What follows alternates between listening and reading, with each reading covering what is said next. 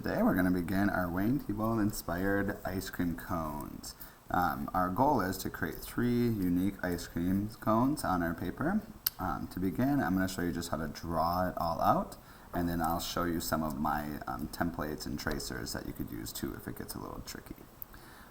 First things first is you want to kind of envision like you'll have one cone here, maybe like 2 to 3 fingers in between, another cone, and then another 2 to 3 fingers, and then your last cone.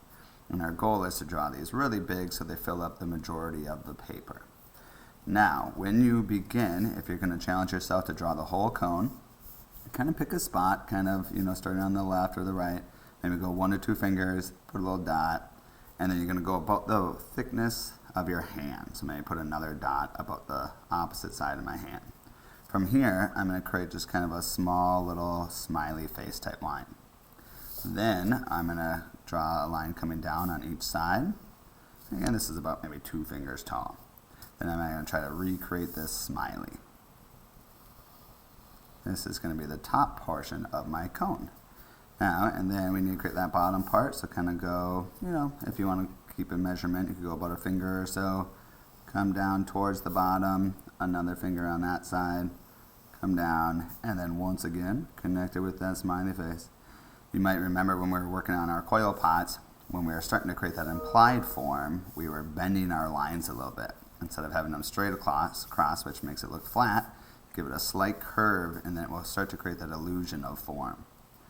But if once you get that done, you can kind of choose between 2 different styles of ice cream cones.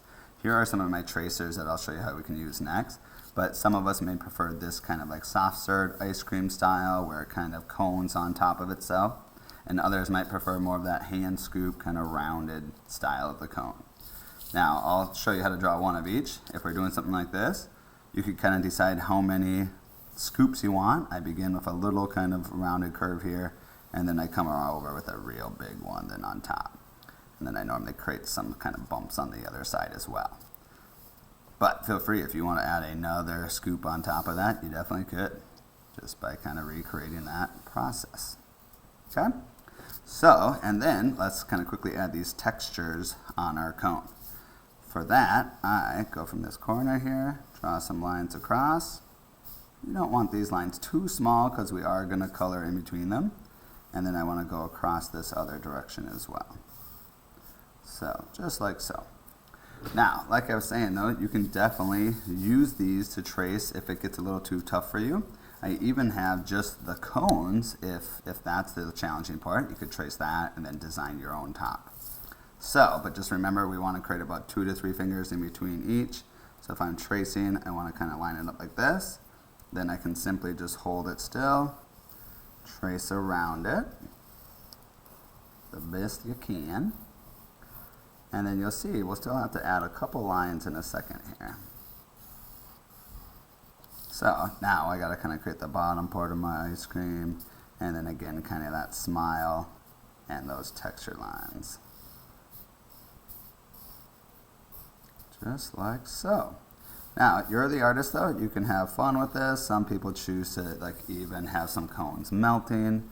We'll go back and redo all these kind of lines that I'm drawing with the oil pastels as we begin the shading and stuff.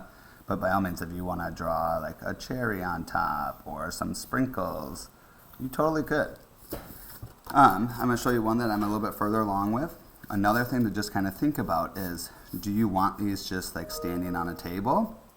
If so, you could kind of pick a spot maybe up higher here to draw a line behind everything, just to kind of represent that table in the back.